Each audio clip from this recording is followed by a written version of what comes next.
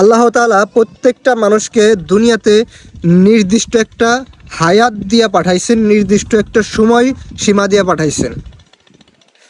কিন্তু আমরা এখন এই বিষয় খুব উদাসীন। আমরা কেউ এই বিষয় চিন্তাই করি না যে যে আমার জীবন থেকে একটা দিন, একটা মাস, একটা সপ্তাহ, একটা বছর চলে যাইতেছে। এটা আর জীবনে কখনো আমি ফেরত পাবো না।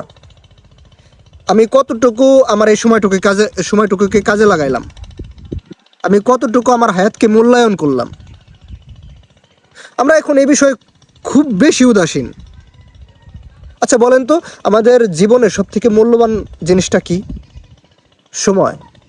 আর আমরা সবথেকে অপচয় করি সময়। এই 2024 সাল চলে যাইতেছে সামনে, এই যার কয়েকদিন পরেই 2025 সাল। আমরা এখন বেশিরভাগ যুবকরাই কী করব?